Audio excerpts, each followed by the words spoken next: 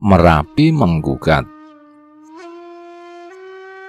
Merapi punya sejarah geologi yang panjang. Dalam 2 dekade terakhir, tercatat pernah meletus pada tahun 2006 dan 2010. Kini Merapi berstatus siaga 3. Balai Penyelidikan dan Pengembangan Teknologi Kebencanaan Geologi telah menetapkan status Gunung Merapi dari level waspada menjadi siaga 3 sejak 5 November 2020 pukul 12 waktu Indonesia Barat. Potensi ancaman bahaya saat ini berupa luncuran awan panas dari runtuhnya kubah lava dan jatuhan material vulkanik dari letusan eksplosif, kata Kepala BPBTKG Hanik Humaida dalam keterangan tertulis. Gunung Merapi dengan ketinggian sekitar 2.986 mdpl sekaligus menjadi pembatas Kabupaten Sleman, Magelang, Boyolali, dan Klaten. Dikenal sebagai salah satu gunung yang sangat aktif di Pulau Jawa. Gunung yang berada di wilayah Jawa Tengah dan daerah istimewa Yogyakarta ini memiliki sejarah panjang.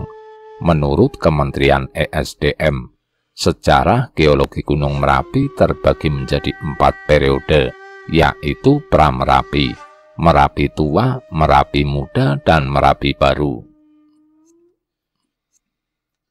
Sedangkan catatan sejarah letusannya yang terperinci mulai sejak abad ke-17 pada 3000 sampai 250 tahun yang lalu.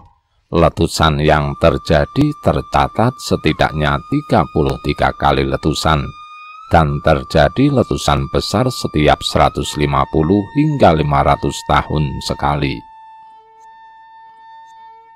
Kemudian berdasarkan data yang tercatat sejak tahun 1600-an, setidaknya Gunung Merapi telah meletus setidaknya lebih dari 80 kali hingga saat ini dengan rata-rata letusan 4 tahun sekali. Menurut data dari Kementerian Energi dan Sumber Daya Mineral Badan Geologi, Merapi memiliki periode letusan yang cukup pendek, yaitu antara 2–7 tahun sekali. Di abad 20 ini Merapi telah beberapa kali memuntahkan lahar panasnya. Letusan terbesar di antaranya pada tahun 2006 dan 2010. Namun ada beberapa perbedaan dari letusan di kedua tahun tersebut. Letusan tahun 2006, Balai Penyelidikan dan Pengembangan Teknologi Kebencanaan Geologi DIY menjelaskan, letusan awal Gunung Merapi di tahun 2006 terjadi pada tanggal 13 Mei dan berstatus awas hingga 9 Juni 2006.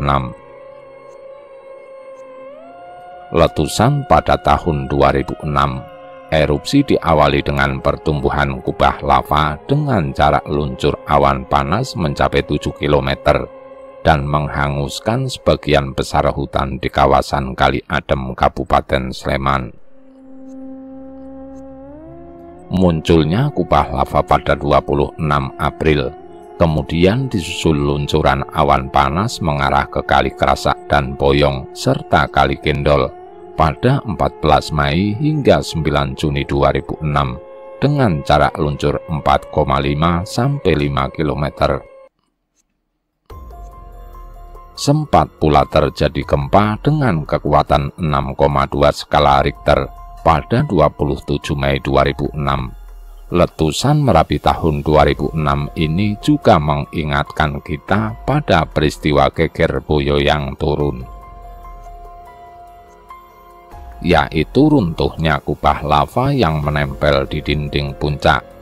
Dari letusan Merapi di tahun 2006 ini menelan korban jiwa, setidaknya 151 orang.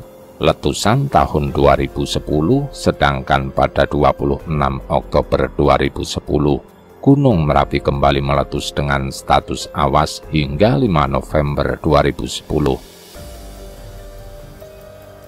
Letusan besar terakhir terjadi pada 5 November dan radius bahaya diperbesar hingga 20 km dari puncak. Akibat hal tersebut terjadi peningkatan aktivitas semburan lava panas dan awan panas sejak 3 November.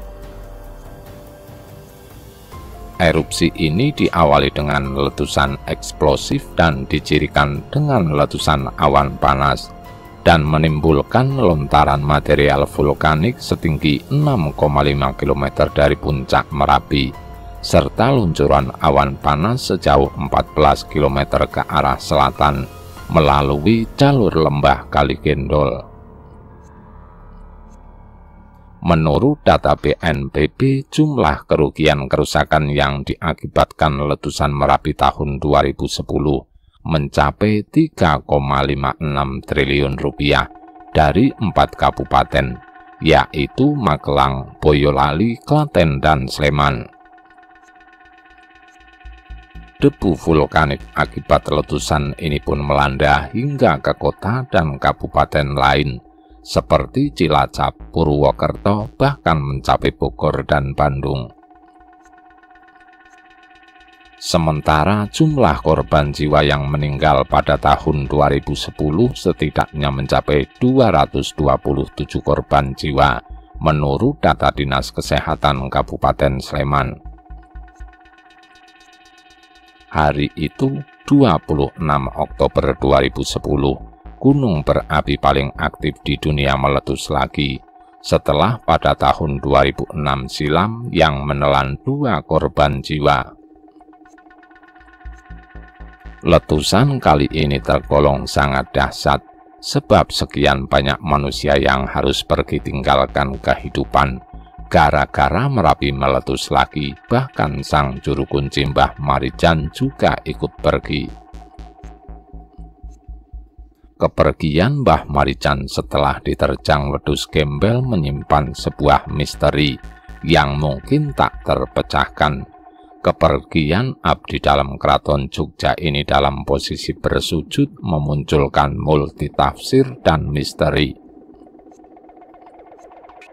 Belum lagi munculnya kepulan wedhus gembel di puncak Merapi yang menyerupai sosok Mbah Petro, tokoh pewayangan kuno yang syarat dengan mitos kerajaan Jawa. Hampir semua orang mengakui Allah itu maha baik, maha kuasa, dan maha-maha lain semacamnya.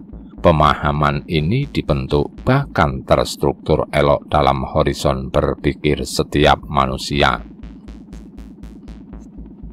Tetapi ketika berhadapan dengan kebobrokan dan penderitaan yang diakibatkan oleh bencana alam, seperti tsunami di Mentawai, banjir bandang di Wasior, tanah longsor, ataupun letusan Merapi 26 Oktober 2010 di DIY, pemahaman itu ternyata mudah lenyap. Manusia kembali mempertanyakan pemahamannya itu.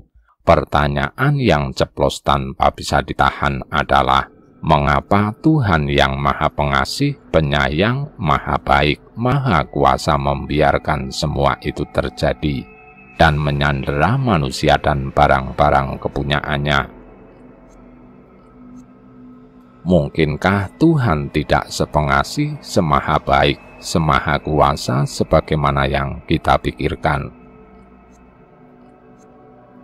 Alasannya, horizon berpikir manusia itu ternyata tidak sesuai dengan kenyataan yang dialaminya. Allah yang maha baik, maha kuasa, dan maha semacamnya sulit dipahami ketika pemahaman selalu berbicara lain. Dalam pemahaman kita, jika Allah itu maha baik, maha kuasa, maha penyayang, maka seharusnya tidak perlu ada kebobrokan seperti letusan Merapi atau tsunami Mentawai, yang pada akhirnya menimbulkan korban nyawa dan penderitaan. Alasannya sangat sederhana, yakni Allah tidak mungkin menginginkan sesuatu yang bertentangan dengan hakikatnya. Dalam sifat Allah tidak ada sifat kontradiktif seperti itu. Munculnya kebobrokan dan penderitaan seringkali menggelitik nurani pikir kita. Pertanyaan pun muncul dengan sangat menggugat. Benarkah Allah itu ada? Kalau Allah ada, mengapa Merapi harus meletus menyandera manusia atau masyarakat sekitar lereng Merapi dan barang kepunyaannya?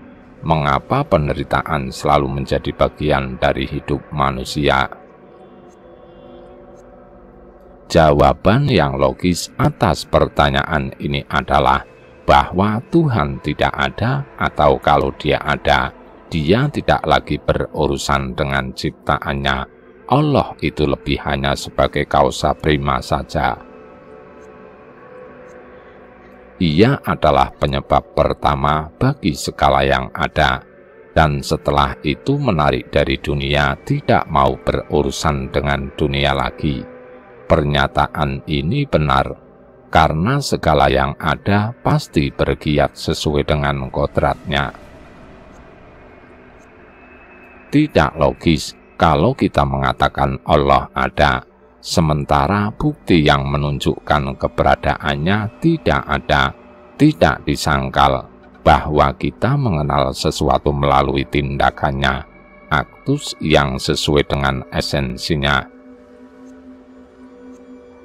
Banyak orang berkata bahwa atribut yang kita kenakan kepada Allah sama sekali tidak mengungkapkan keberadaannya. Allah itu hanya bisa didefinisikan sebagai yang ada. Keberadaannya tidak bisa dibatasi pada aspek apapun dalam atribut yang dikenakan padanya. Mendefinisikan Allah sebagai yang tak terbatas juga dinilai jauh dari sempurna, karena di sini hanya satu kekurangan disangkal tentang Tuhan. Argumen yang mengagung-agungkan Allah ini perlu diragukan. Alasannya adalah bahwa di hadapan kenyataan ini Merapi meletus untuk bertindak sebagai orang baik saja. Allah tidak bisa, apalagi yang mengatasi itu. Praktisnya di sini Allah sama sekali tidak berarti. Mungkinkah Allah di bumi hanguskan dari bumi atau ikut menjadi korban Merapi? Allah di hadapan keburukan dan penderitaan.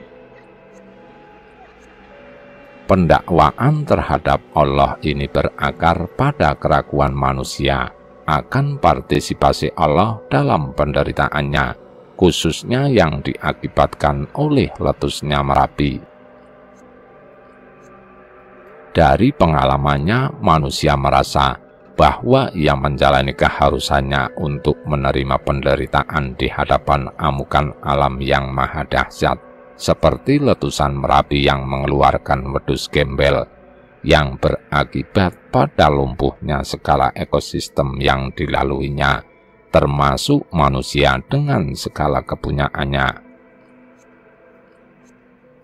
Manusia merasa bahwa ia menghadapi amukan alam yang ganas, yang berakhir pada penderitaan dan kematiannya tanpa ditemani Tuhan yang sebelumnya diimani sebagai yang maha di atas segala maha.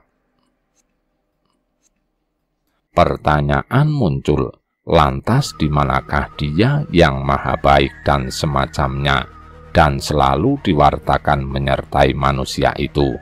Benarkah Allah itu ada? Pertanyaan-pertanyaan ini dianggap logis karena berangkat dari hukum berpikir dan bukan tanpa alasan. Merapi meletus misalnya. Di hadapan bencana Merapi yang menghantui ketenangan masyarakat sekitarnya, kita dapat berkata, Allah itu tidak sungguh-sungguh berperan dalam hidup manusia dan membiarkan keburukan, bencana, dan penderitaan terjadi dalam dunia ciptaan. Di hadapan kenyataan keburukan alam dan penderitaan semacam ini juga, orang bukan saja mempertanyakan kepercayaannya tentang Allah yang diimaninya, tetapi terkadang kembali kepada pola pikir agama tradisional yang melihat Allah sebagai bagian dari alam, dan karenanya Allah tunduk kepada hukum alam. Kekuasaan alam melampaui kekuasaan Allah. Pandangan agama tradisional sepertinya melihat alam ciptaan ini sebagai sesuatu yang ada dengan seharusnya, padahal alam dunia yang adalah materi ini serba terbatas dan tidak bisa menjelaskan keberadaannya dari dirinya sendiri. Karena itu harus diterima bahwa alam dunia sesuatu yang diciptakan, dan penciptanya adalah Dia yang serba sempurna dalam dirinya. Dia tidak mengandekan keberadaan yang lain untuk keberadaannya. Dia itu adalah Allah. Karena itu tidak bisa diterima bahwa Allah tunduk kepada hukum alam. Dia yang menciptakan alam ini tidak mungkin harus tunduk kepada alam. Jika argumentasi di atas tidak dapat diterima, lalu bagaimana kita menjelaskan kehadiran Allah dalam kebobrokan alam Merapi yang membasmi sekian banyak orang? Untuk menjawab pertanyaan ini, kita mesti kembali pada premis dasar argumen penolakan terhadap Allah, yakni adanya kebobrokan atau Merapi mengharuskan kita untuk menolak Allah. Akan tetapi, hemat saya, adanya kebobrokan tidak dapat menundukkan dan menghapuskan kebaikan, sebab kebaikan itu sifatnya berdaulat, sementara kebobrokan hanyalah merupakan sebuah privatio-boni, kekurangan dari kebaikan. Kebaikan mutlak ada, kebobrokan muncul sebagai suatu kecelakaan, kejatuhan dari kebaikan. Kebobrokan adalah suatu yang menempel pada kebaikan, yang ada dan bereksistensi adalah kebaikan. Dalam arti, sesuatu hanya dapat berada sejauh ia mempunyai alasan, potensi untuk berada, yaitu kebaikan. Sesuatu itu ada karena baik. Kebobrokan itu tidak bisa diklaim sebagai sesuatu yang ada karena dia tidak bereksistensi. Kebobrokan dalam alam semesta sering diidentikan dengan kegiatan menghancurkan, memporak-porandakan segala keteraturan yang ada. Jelas bahwa kebobrokan meniadakan yang ada. Tidak berarti bahwa kebobrokan adalah ese yang menghancurkan. Inilah keadaan kehancuran itu sendiri. Kebobrokan tidak bereksistensi karena ia tidak mempunyai potensi, alasan untuk berada. Ia hanya dapat ada kalau kebaikan mengalami kejatuhan.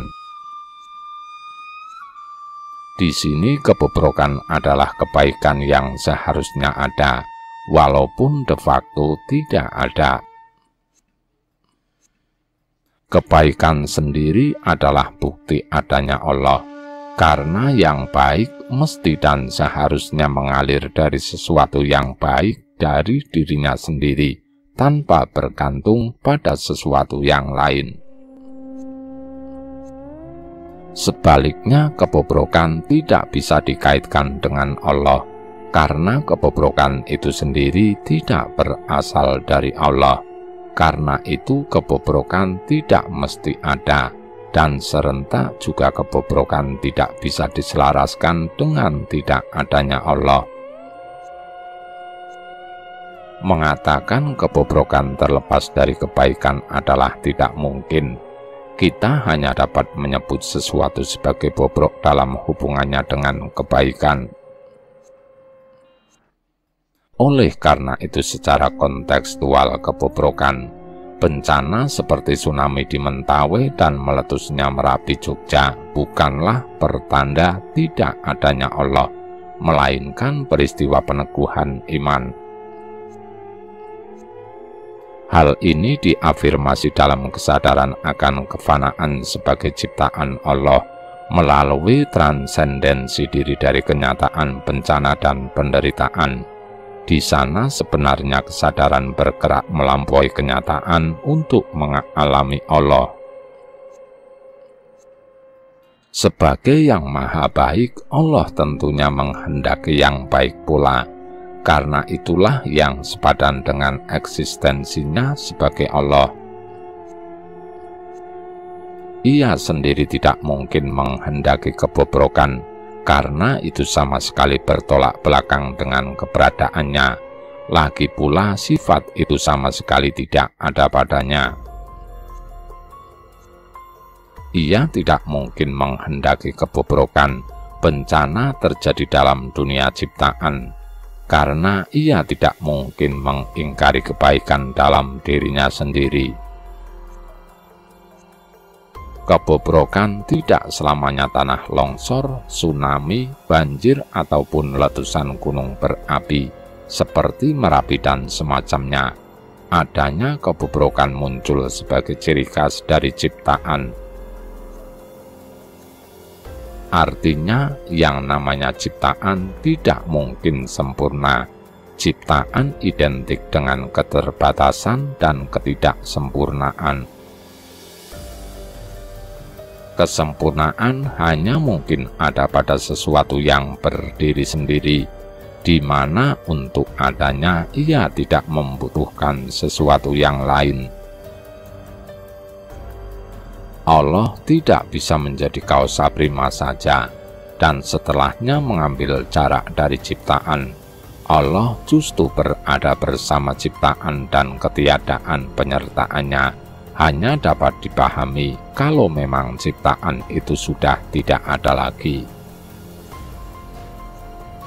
Ciptaan hanya dapat ada karena Allah ada.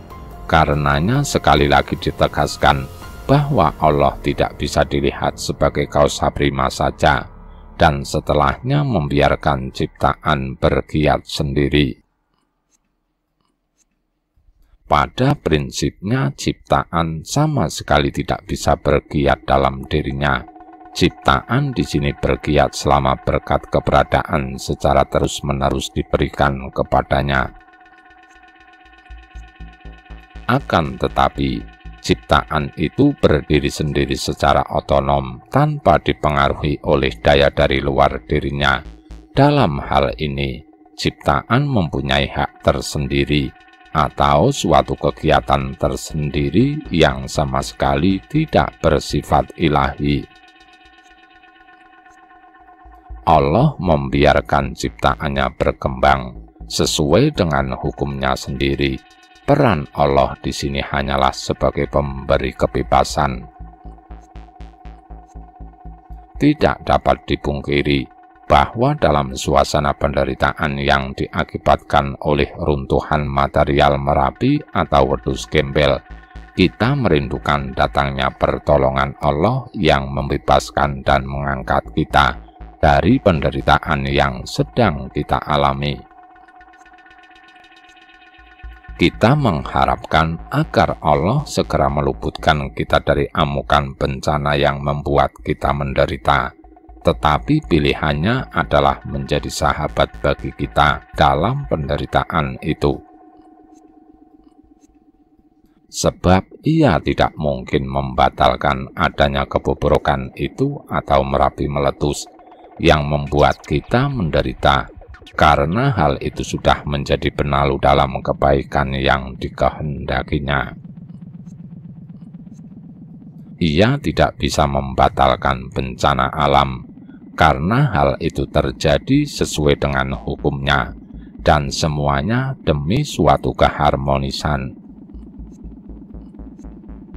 Tetapi tetap harus ditegaskan bahwa tindakan Allah yang memilih untuk tunduk di bawah kuasa alam ini bukanlah kekecualian dari kealahannya, juga bukan merupakan sebuah selingan dari keberadaannya sebagai Allah.